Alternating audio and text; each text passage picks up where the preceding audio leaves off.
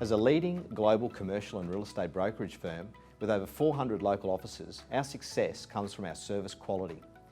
This video series will support you in delivering that quality experience. It will also support you to thrive and accelerate your success. Welcome to Marketing Commercial Property. Here we're going to cover the understanding why, what to include and how to present, objections and scripting. Property pitches vary greatly, just like the properties that are being sold. This means that there is no surefire, one-way only method for pitching to win commercial property business. However, time has proven that success comes to those who understand a few simple facts. So firstly, you need to understand what the owner's motivation is to sell and what is the urgency. Here's a great time to pause the video and note in your workbooks some reasons why owners might choose to sell.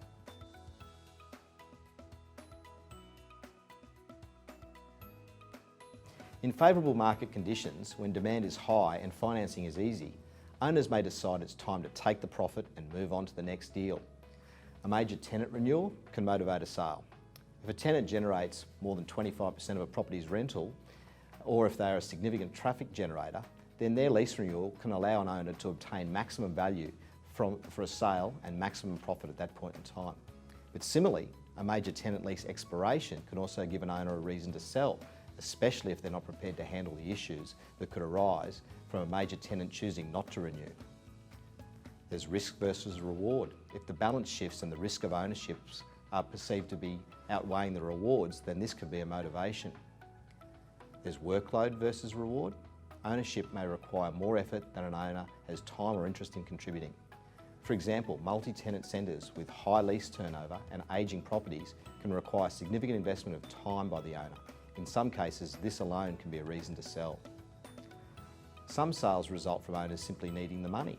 Their personal or business circumstances might have changed. Another investment may require a cash injection. Sometimes a property's performance fails to live up to an owner's expectation. If its value has decreased or if it's abundant that there are many issues, this could motivate a sale. A loss of one property may help offset a gain against another. Owners can hold diverse portfolios and sometimes the balance can change, resulting in too much risk in one tenant group, a product, a type or a geographic area. This can be the motivation for sale. These are just some of the reasons that motivate an owner towards a sale. There are many more, of course. There's also different levels of urgency for a sale. The urgency typically comes from the individual owner and their circumstances. If an owner's motivation is that they need the money, they may need it now or they may not need it for weeks or months. What's important here is listening to the owner and understanding the urgency for the sale.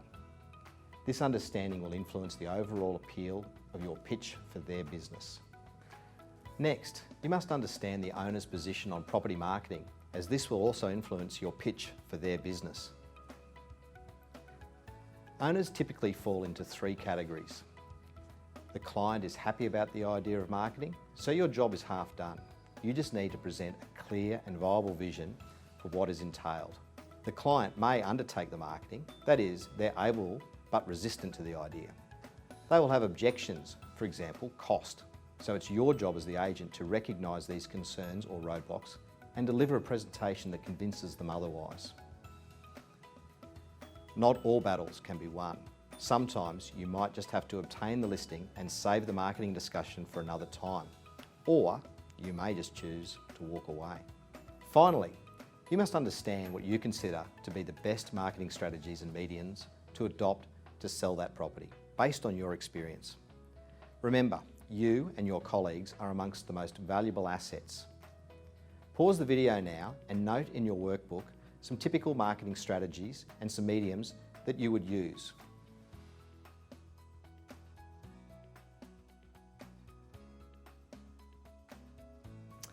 How did you go?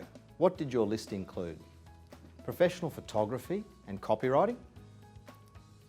Online advertising. That includes social media, the real estate portals and personalised websites. Print media, including major newspapers and local magazines, as well as real estate lift-outs. Signboards, still a staple of our industry. Some of these may have been on your list. They're all good, but you need to know the reasons why you're recommending one medium of advertising or one strategy over another.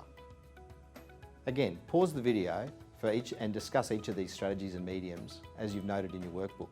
Give reasons why you would use them.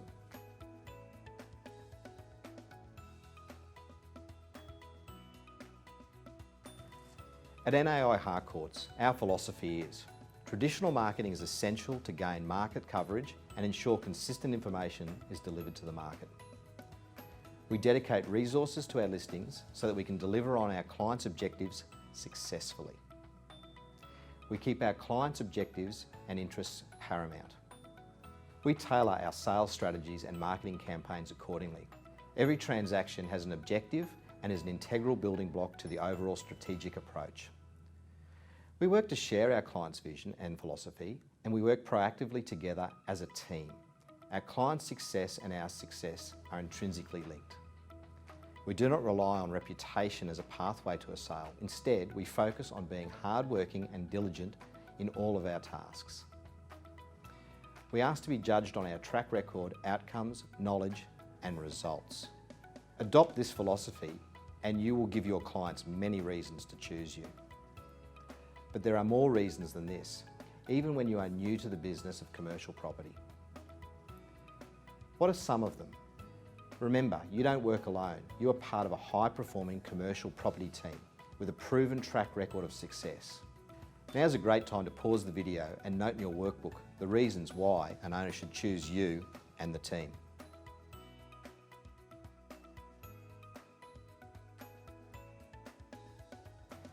It's important to have an understanding of a client's motivation to sell and the urgency, a clear vision of the owner's attitude towards marketing. Have clarity around your preferred marketing approach. These things all inform your pitch. They also help your recommendation regarding the method of sale. It's important that you not only make clear to your owner your recommended method in your pitch, but also the need to state the benefits and instill confidence. And you must also be prepared to defend your position if challenged on it. Let's look at the different methods of sale. Let's start with private treaty. A private treaty sale occurs when a property is listed for sale with an asking price. The buyer makes an offer, the agent presents the offer to a seller who can decide whether or not to accept that offer. What are the pros and cons for private treaty? Pause your video now and note these in your workbook.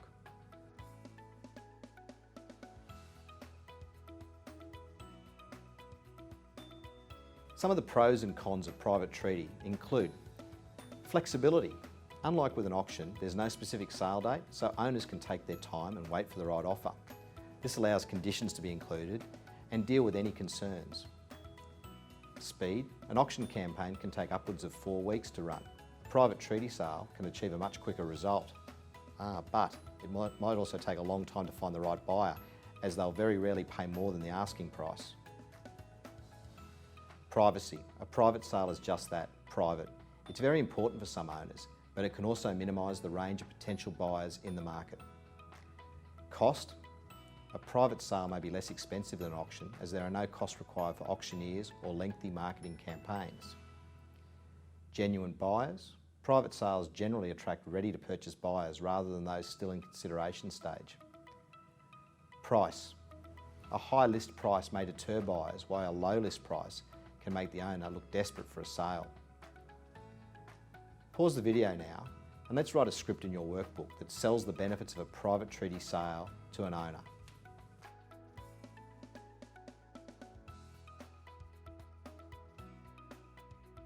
Next, let's consider tenders, expressions of interest and auctions. These are all no-price methods of sale and marketing. A sale by tender is often described as a silent auction, where the property is marketed without a price. The owner accepts offers from prospective buyers and considers these based on a date with a specific deadline. A sale by expression of interest operates in much the same way. The owner invites offers from prospective buyers, and these are considered by a specified time and date. Again, no price is advertised. A sale by auction is a public sale where intending buyers offer bids and try and outbid each other. Ultimately, the property is sold to the highest bidder once the reserve price has been reached. What are the pros and cons of these no-price methods of sale? Let's pause the video and note in your workbook what you consider to be the pros and cons of a no-price method of sale.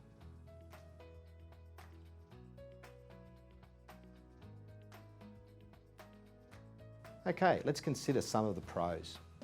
Maximise sale price. Competitive bidding may increase prices to achieve a premium result, and there's no cap on the price ceiling. Urgency. A set date or deadline creates urgency for prospective buyers and drives them to become serious about submitting an offer or making a bid. Unconditional contract. All of these sale methods result in an unconditional, immediate contract. Let's go through some of the cons now. Unattractive to buyers. Some buyers simply don't like these methods of sale and won't engage in them, particularly auctions. This may limit your buyer pool. Although price-sensitive buyers aren't excluded, it also allows for honest feedback from this market. Let's pause the video and write a script in your workbook that sells the benefits of a no-price sale method.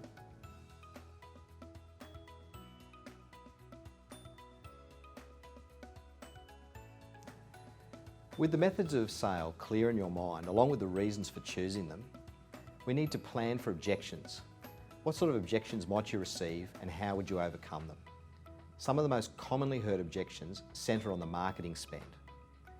Let's pause the video and note in the workbook some common objections that owners may have to marketing and the expenditure there.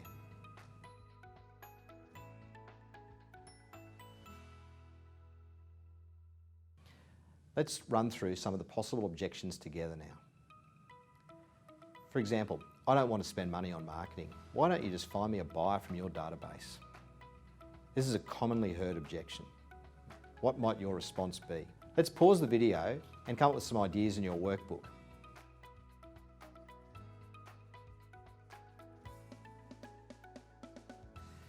Your response to this objection might be along the lines of, anyone who makes it onto a prospect database is not usually committed to making a purchase, therefore they're not necessarily the best lead. Or, but I'll be working through my database as part of an overall plan to achieve the best result for you. You could also support this by explaining, placing your property in a competitive open market campaign will motivate those identified clients to compete as they know that we don't reserve properties for them. Here's another common objection. How would you respond? I've spent money in the past and it didn't work. Let's pause the video and come up with some ideas in your workbook on how to respond to this.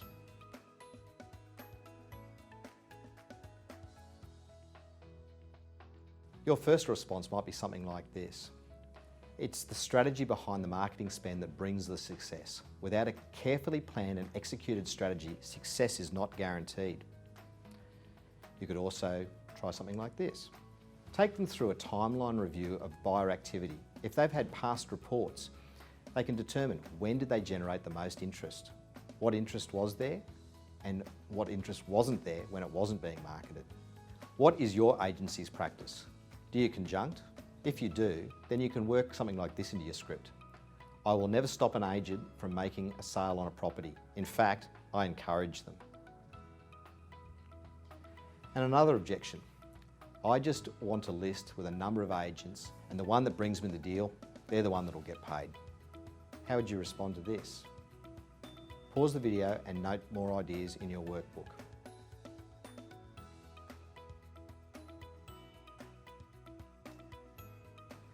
If an agent is talking to a buyer or tenant and finds out that they've already seen your property, what do you think?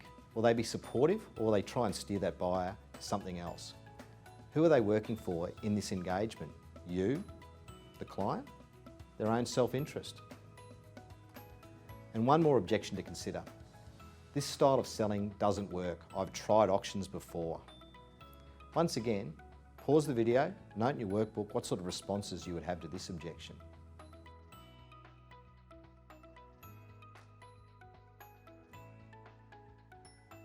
Buyers will get involved when they see value. It's about doing it well. Why did they try this last time? They must have believed in it before. It's the only true way to remove buyer objections on price and get maximum involvement. That's our last practice objection, but it doesn't mean that you need to stop there. Each time you hear a new objection, take time to script an answer. That way you'll have a library of well thought out, quality responses to draw on and help pave the way for a quality, respected client relationship. Here's some more things to consider. One of the main reasons salespeople don't get the deal is that they haven't earned the right. Feedback is crucial in the discussion, never more so than when there is a substantial price discrepancy. The feedback should be candid and well qualified. If a buyer has a low value opinion of the property, then give the feedback to the owner, but ensure that it is genuine in nature. Also, take the time to report to your client the actions that you have undertaken. Tell them what you have done each day, each week, throughout the course of the campaign. It's quite easy to be busy, but the client isn't watching you every minute, so sometimes a phone call, a visit, or an email can make all the difference.